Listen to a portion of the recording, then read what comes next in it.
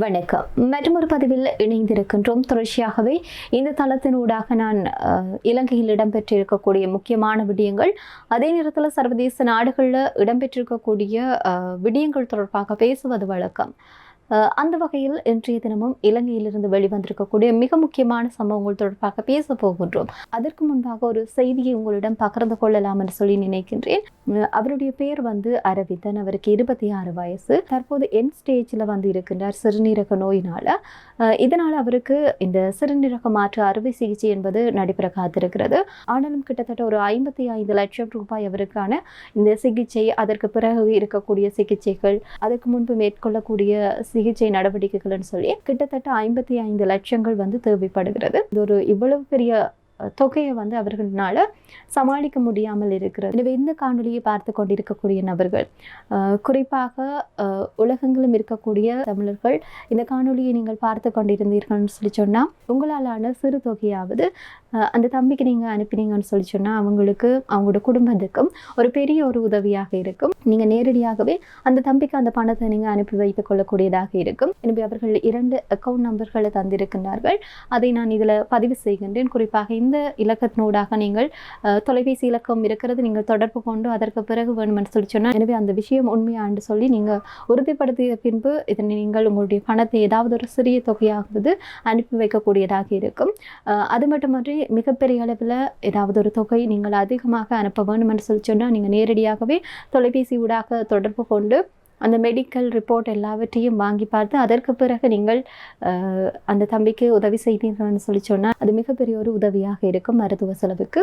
எனவே தொடர்ச்சியாகவே வந்திருக்கக்கூடிய இனிய விடயங்கள் தொடர்பாக பார்ப்போம். அந்த வகையில் இலங்கையிலிருந்து வந்திருக்கக்கூடிய விடயங்கள் தொடர்பாக பார்க்கிற போது செம்மணி மனித புதைக்குழி தொடர்பான விடயம் இன்றைய நாளில் வெளியாகி இருந்தது. குறிப்பாக 3ஆம் கட்ட அகழ்வு பணிகள் இன்றைய தினமும் ஆரம்பமாகி இருந்தது.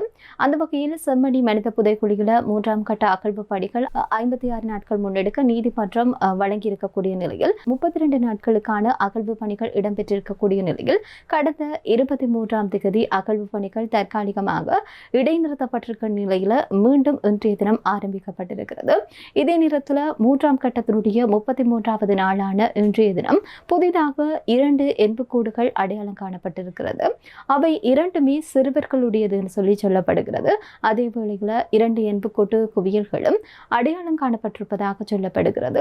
இன்றைய தினம் எண்புக்கூடுகள் எவையும் அகழ்ந்து எடுக்கப்படவில்லையாம்.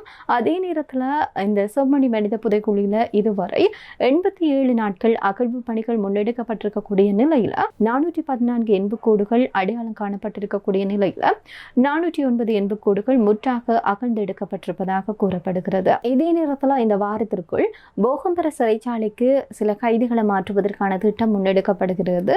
இந்த வகையில் உட்கட்டமைப்பு மேம்பாடு மற்றும் பாதுகாப்பு ஏற்பாடுகளை வலுப்படுத்தும் நோக்கில் தான் தற்போது இடம்பெற்று வருவதாக சொல்லப்படுகிறது. இது தொடர்பாக கயநாயக்க தெரிவித்திருக்கக்கூடிய விடயம் தொடர்பாகத்தான் அவர் இந்த விடயத்தை சொல்லியிருக்கின்றார். நீர்கொழும்பு சிறைச்சாலைகளில் இடம்பெற்றிருக்கக்கூடிய இந்த மோதல் தொடர்பாக சிறைச்சாலை திணைக்களத்தினால நியமிக்கப்பட்டிருக்கக்கூடிய விசாரணை குழு தற்போது வாக்குமூலங்களை பதிவு செய்து கொண்டு வருவதாகவும், அது மட்டுமன்றி இந்த சம்பவம் தொடர்பாக சிறைச்சாலை அதிகாரிகளிடமிருந்தும் தற்போது வாக்குமூலம் பெறப்பட்டிருப்பதாக சொல்லப்படுகிறது. கடந்த 6ஆம் தேதி நீர்கொழும்பு சிறைச்சாலையில் ஏற்பட்ட மோதல்ல இதுவரைக்கும் பார்த்தோம்னு சொல்லிச்சுன்னா 10 சிறைச்சாலை அதிகாரிகளும் 21 கைதிகளும் என்று சொல்லி 31 உயிரிழப்பு சம்பவங்கள் பதிவாகி இருக்கிறது. எனவே இவ்வளவு தூரம் இந்த கொடூரமான சம்பவங்களுக்கு பிறகு தொடர்ச்சியாகவே சிறைச்சாலைகளை மறுசீரமைப்பதற்கான வேலை திட்டங்கள் முன்னெடுக்கப்பட்டிருப்பதாக கூறப்படுகிறது. இதே நேரத்தில் முன்னாள் நிதி அமைச்சரான பசில் ராஜபக்ஷ தொடர்பில் அவருடைய உடல்நல குறைபாடு தான் ஏற்பட்டிருக்கிறது. அவர் தொடர்பில் எங்களிடம் தற்போது இருக்கக்கூடிய விடயம் என்பது இதுதான் என்று சொல்லி பொதுஜன பெரமுனவுடைய முன்னாள் நாடாளுமன்ற உறுப்பினரான ஜெகத் குமார் தெரிவித்திருக்கின்றார். அவர் என்ன விடயத்தை சொல்லியிருக்கிறான்னு சொல்லி பார்க்கிற போது, அதாவது வெளிநாட்டில் இருக்கக்கூடிய பசில் ராஜபக்ஷ நாட்டுக்கு திரும்புவாரான்னு சொல்லி கேள்வி அவரிடம் கேட்கப்பட்டது. இந்த நிலையில் தான் பசில் ராஜபக்ஷ நாட்டுக்கு திரும்புவது குறித்து அவரிடம் தான் கேட்க வேண்டும். ஆனால் உரிய நேரத்தில் இந்த விடயத்தில் தலையிடுவார்னு சொல்லியிருக்கின்றார். யாரும் நீதிமன்றத்தை தவிர்க்கவும் இல்லை, நீதிமன்ற நடவடிக்கைகளை தவிர்ப்பதற்கான முயற்சிகளும் இல்லை. பசில் ராஜபக்ஷ சரியான நேரத்தில் நீதிமன்றத்தில் முன்னிலை ஆவார். முன்னாள் அமைச்சர் பசில் ராஜபக்ஷ ஒரு நோயினால் பாதிக்கப்பட்டார் என்பது அனைவருக்கும் தெரிந்தது, எமக்கும் தெரியும். ஆனால் அந்த நோயினுடைய தன்மை குறித்து எனக்கு தெரியாதுன்னு சொல்லியிருக்கின்றார். அது மட்டுமன்றி பசில் ராஜபக்ஷ உடல்நல குறைவால் பாதிக்கப்பட்டிருக்கின்றார் என்பது மாத்திரம்தான் கட்சிக்கு தெரியும். அத்துடன் இது தொடர்பான தகவல்கள் ஏற்கனவே நீதிமன்றத்தில் சமர்ப்பிக்கப்பட்டிருக்கிறதுன்னு சொல்லி நான் நம்புகின்றேன் என்று சொல்லியும், நாங்கள் இருக்கக்கூடிய இடத்தில் அவர் இருக்கும் நாட்டிற்கும் இருக்கக்கூடிய அந்த இடைவெளி என்பது கணிசமான அளவு இருப்பதாகவும் அவர் தெரிவித்திருக்கின்றார். இதே நேரத்தில் இன்றைய தினம் துப்பாக்கிச்சூடு சம்பவம் ஒன்று பதிவாகி இருக்கிறது. 2 சந்தேக நபர்களை கட்டுநாயக்க விமான நிலையத்தில் கைது செய்வதற்காக போலீசார் முயன்றிருக்கின்றார்கள். இதன் போது குறித்த சந்தேக நபர்கள் ஒருவர் போலீஸ் அதிகாரியினுடைய துப்பாக்கியை பறித்து அதனை பயன்படுத்தி துப்பாக்கிச்சூடு நடத்தப்பட்டிருப்பதாக போலீஸ் தரப்பில் இருந்து தகவல் வெளியாகி இருக்கிறது. இந்த துப்பாக்கிச்சூட்டில் போலீஸ் அதிகாரி ஒருவர் காயமடைந்திருப்பதாக சொல்லப்படுகிறது. அப்படி அவர் துப்பாக்கிச்சூடு நடத்திவிட்டு தப்பி சென்றதாக சொல்லப்படுகிறது. அவரை தேடும் முயற்சிகள் தீவிரப்படுத்தப்பட்டிருப்பதாக கூறப்படுகிறது. இதே நேரத்தில் இலங்கையில் பயணிகளை ஏற்றிச் செல்லக்கூடிய ட்ரோன்களை அறிமுகப்படுத்துவதற்கான முன்னோடி திட்டம் என்பது ஒன்றை இலங்கை சிவில் விமான போக்குவரத்து ஆணையகம் முயற்சித்திருக்கிறது. அந்த வகையில் இலங்கையினுடைய பயணிகளை ட்ரோன்கள் மூலமாக இயக்குவதற்கான சாத்தியக்கூறுகள் திட்டமிடப்பட்டு வருவதாக சொல்லப்படுகிறது. இந்த திட்டத்தை செயல்படுத்துவதற்கான நடவடிக்கைகளை சிவில் விமான போக்குவரத்து அதிகார சபை ஏற்கனவே முயற்சித்திருப்பதாகவும் தொடங்கியிருப்பதாகவும் அதன் பணிகள் ஆரம்பிக்கப்பட்டிருப்பதாகவும் சொல்லப்படுகிறது. ஒவ்வொரு ட்ரோன்களையும் குறிப்பாக 6 பயணிகளை ஏற்றிச் செல்லக்கூடியதற்கான வசதிகள் திறன் கொண்டதாக இருக்கும் என்று சொல்லி நம்பப்படுகிறது. அது மட்டுமன்றி சீனா, சிங்கப்பூர் மற்றும் தாய்லாந்து போன்ற நாடுகள் இது போன்ற பயணிகள் ட்ரோன்கள் சேவைகளை ஏற்கனவே செயல்படுத்தி வருவதாகவும், எனவே இலங்கையில் இது ஒரு அறிமுகப்படுத்தப்பட்டிருக்கக்கூடிய விடயம் பாராட்டுக்குரியது என்று சொல்லப்படுகிறது. எனினும் எத்தனை பேர் அதில் நம்பி ஏறுவார்கள் என்பது மிக முக்கியமான ஒரு கேள்வியாக இருக்கிறது. எனவே அதற்காக குறிப்பாக இந்த அரசியல்வாதிகள், குறிப்பாக அதிகாரிகள் சொல்லி அவர்களை ஏற்றிக்கொண்டு செல்வதனூடாக நிச்சயமாக ஒரு நம்பிக்கை என்பது பிறக்கும் சொல்லி எதிர்பார்க்கலாம். இதே நேரத்தில் கொள்கை மாற்றுகளுக்கான மையத்தின் சமூக குறிகாட்டிகள் பிரிவு நடத்தி இருக்கக்கூடிய அண்மைய கருத்து கணிப்பு ஒன்று வெளியாகி இருக்கிறது. இதில் நாட்டில் இருக்கக்கூடிய மக்கள் 75.5 பேர் ஜனாதிபதி அனுகுமார திசாநாயக்க மற்றும் அவருடைய ஆட்சி தொடர்புல நல்ல விடயங்களை கொண்டிருக்கிறதாக சொல்லப்படுகிறது.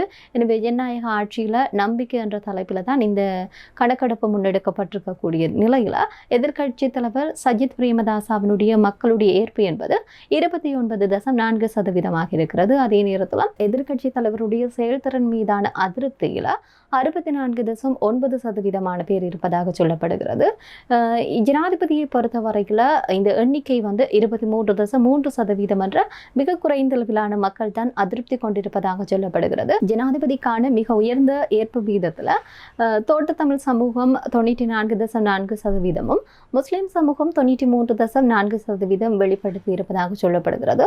சிங்கள சமூகத்தினிடையே ஜனாதிபதியுடைய ஏற்பு வீதம் என்பது 69.9% இருக்கிறது. அதே நேரம் 18 தொடக்கம் 29 வயது இளைஞர்களிடம் 81.6% திருப்தி இருப்பதாக சொல்லப்படுகிறது.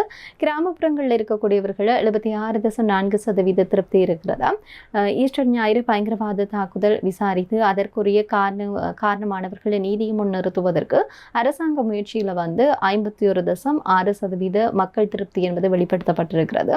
இது தொடர்பாக முஸ்லிம் சமூகத்தில் 73.3%, தோட்டத்தமிழ் சமூகத்திடம் 72.2%, அதே நேரத்தில் சிங்கள சமூகத்தினரிடம் 46.4% திருப்தி இருப்பதாக சொல்லப்படுகிறது. திறமையான ஆட்சி என்ற ரீதியில் 62.8% மக்கள் நம்பிக்கை கொண்டிருப்பதாக சொல்லப்படுகிறது. வாழ்க்கை செலவு போன்ற விடயங்கள் தொடர்பாக 45.3% திருப்தியையும் 44% பேர் அதிருப்தியையும் அடைந்திருப்பதாக சொல்லப்படுகிறது. நிறைவேற்றும் முறை தொடர்பாக 64.1%, 23.6% பேர் அது தொடர்பாக உடனடியாக தொடங்கப்பட வேண்டும் என்று சொல்லி கூறியிருப்பதாக சொல்லப்படுகிறது. இதே நேரத்தில் 68.6% பேர் இந்த பேரிடர் நிவாரணம் மற்றும் புனரமைப்புகளில் திருப்தி அடைந்திருப்பதாகவும், 67% பேர் இந்த மாகாண சபை தேர்தல்கள் நடத்துவது என்பது முக்கியமானது என்று சொல்லி ஒரு விடயத்தையும் தெரிவித்திருப்பதாக கூறப்படுகிறது.